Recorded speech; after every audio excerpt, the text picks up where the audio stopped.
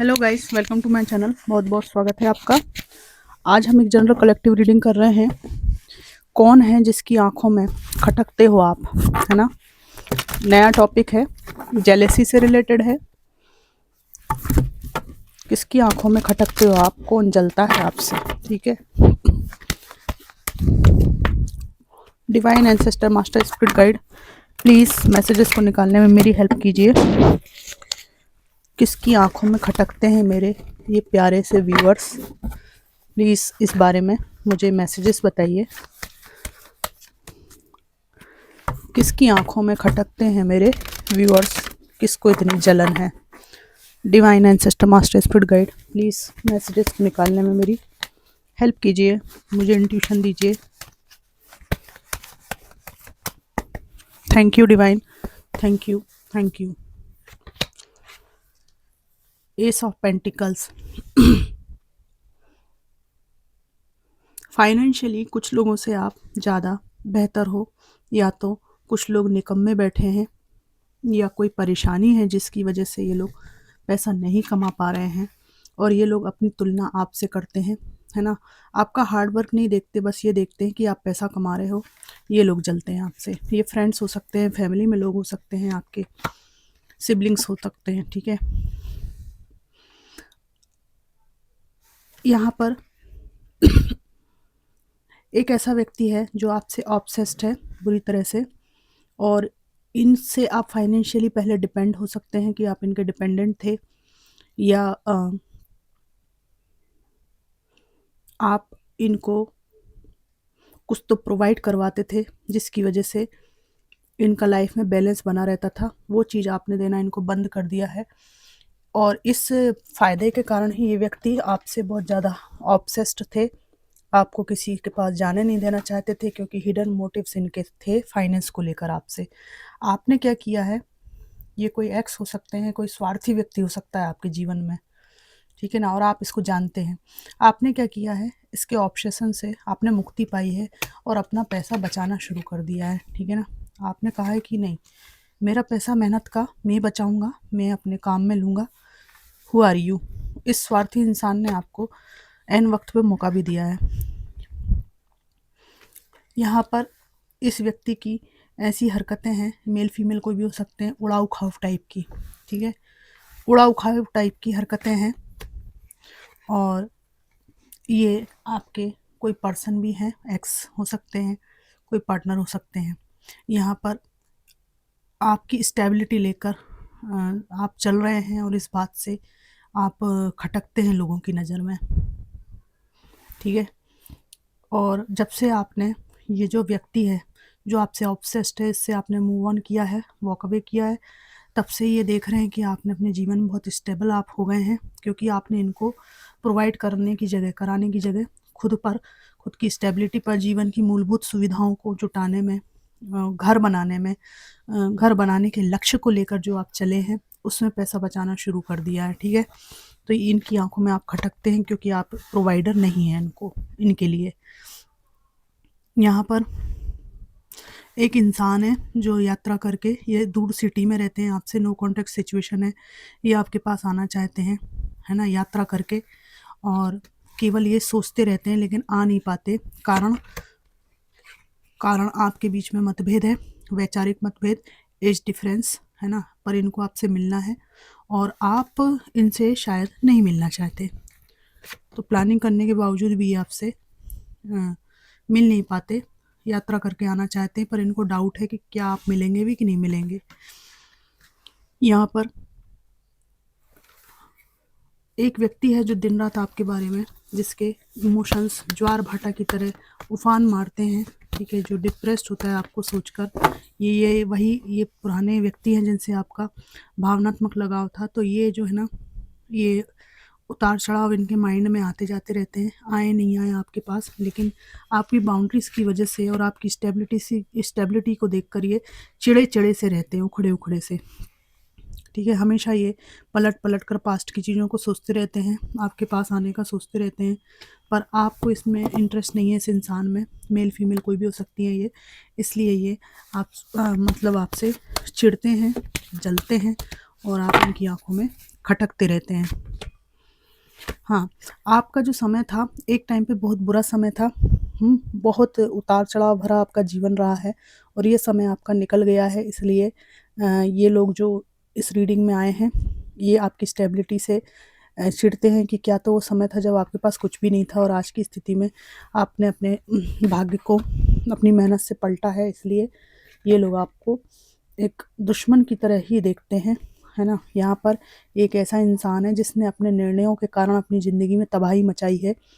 ऐसे बंधनों में फँसा है जो ये चाहता तो शायद अपने जीवन में लेकर नहीं आता या नहीं आती लेकर, लेकिन इसने स्वयं से गलत निर्णय लिए और अपने को चंगुलों में फँसाया। और इसका प्रोजेक्शन ये है कि अगर आप इनको झेलते रहते तो ये इस तरह के चंगुल में नहीं फँसते। ये बहुत मैनिपुलेटिव इंसान है। अपने किए गए हर कृत्य का, हर बुरी हरकत का आरोप भी दूसरे के ऊपर कैसे लगाया जाना चाहिए, इसको अच्छी तरह से पता है। तो भला हुआ आप इससे दूर हो गए। कहते ना, भला हुआ मोरी गगरी फूटी, अब मैं पनिया भरन से छूटी, है ना? उस तरह की बात है ये। ये ऐसा व्यक्ति है, हर चीज़ के ज़िम्मेदार आप हो, है ना? यहाँ पर ये किसी और के साथ भी आपको इमेजिन करते हैं, सोचते हैं मे बी कि इनके और आपके मध्य में थर्ड पार्टी है और ये व्यक्ति सोचते हैं कि आप दोनों को अगर मेंटेन कर पाते तो अच्छा रहता, पर आप तो निकल लिए, ठीक है ना? आप निकल लिए और इनके चंगुल में नहीं फँसे, है ना? यहाँ पर आपके जीवन में हमेशा नई शुरुआत होती रहती है। आप एक सकारात्मक दृष्टिकोण से लेकर जीवन को आगे चलते हैं। तो इन्होंने क्या किया है कि आपका जो नया जीवन शुरू हुआ है, जो भी आप अपने जीवन में हिम्मत से चल रहे हैं, ये ट्रॉमास झेलने के बाद में, इनसे दूरी बनाने के बाद में, उससे इनको दिक्कत है। ये नई शुरुआत बड़े पैशन के साथ की आपने। किंग ऑफ वॉन्ड्स का कार्ड है। आप लोग पहले से बहुत मैच्योर हुए हैं। यस, आपके मन में हो सकता है इस व्यक्ति के लिए किसी कोने में जगह हो, लेकिन वो आपको बेवकूफ़ नहीं बना सकता, है ना? जेन्युइन व्यक्ति ही आपके जीवन में आएगा और आपकी इस इंट्यूशन पावर को देखकर ये व्यक्ति चिढ़ते हैं और आप इनकी आंखों में खटकते रहते हैं। लास्ट कार्ड निकालूंगी। एक ऐसा व्यक्ति है, कैसे बताऊं आपको, इनके साथ आपके फिज़िकल अट्रैक्शन वाले मामले ज़्यादा रहे हैं, ठीक है? एक्स भी हो सकती हैं, एक्स हो सकते हैं, और कोई ऐसा व्यक्ति जो बहुत टॉक्सिक रहा है, जिससे आप कार्मिक रिलेशन में चेन रहे हैं। और इनके साथ में आपका संबंध की एक विशेषता बताती हूँ। इनके आप पास में रहो तो जीना हराम था, दूर रहो तो बेचैनी होती थी, ठीक है ना? और उस बेचैनी को मिटाने के लिए आप पास में जाते थे इनके, दोबारा ये आपकी ज़िंदगी में आते थे, तो ऐसा लगता था कि कुआँ तो है पास में, पर प्यास नहीं बुझ रही है, मन जो है वो शांत नहीं है, तृप्त नहीं है आत्मा, ठीक है ना? ये ऐसा टॉक्सिक पार्टनर, सेक्सुअल अट्रैक्शन बहुत ज़्यादा था। तो ये व्यक्ति भी आपसे बहुत ज़्यादा चिढ़ता है। आप इनकी आंखों में खटकते हैं, ठीक है? खटकने का कारण बॉटम ऑफ द डेक में आ गया है, हाई प्रीस्टेस। क्यों खटकते हैं आप आंखों में? क्योंकि आपके अंदर इंट्यूशन बढ़ गई है, समझ बढ़ गई है, आपके अंदर ये बात बढ़ गई है कि इस व्यक्ति को क्या क्या बता देने से इसने मेरे घावों पे नमक छिड़का है। तो आप बहुत सतर्क रहते हैं इस व्यक्ति से, इंट्यूशन आपकी बहुत तेज हो गई है। और यहाँ पर ये जो हाई प्रीस्टेस का कार्ड है, आपके अंदर एक आध्यात्मिकता भी है, ईश्वर पर विश्वास भी है, वहीं आपने अपने इमोशंस को, ये चंद्रमा इमोशंस को बताता है, ठीक है?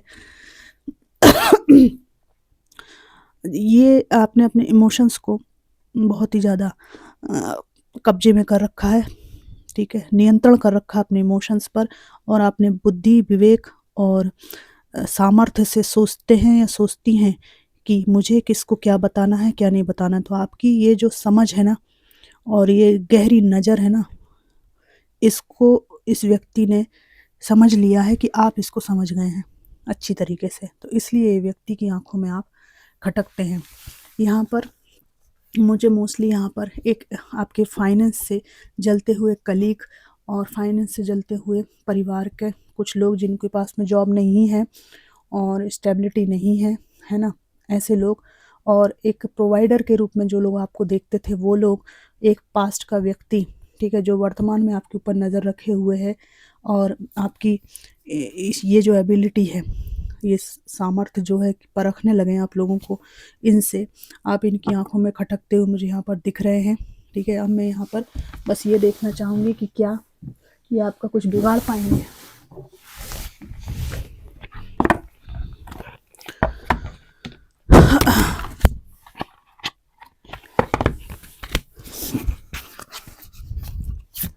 मेरे व्यूअर्स जिनकी आंखों में खटकते हैं, क्या वो लोग मेरे व्यूअर्स का कुछ बिगाड़ पाएंगे? डिवाइन प्लीज़ मुझे कुछ मैसेजेस दीजिए।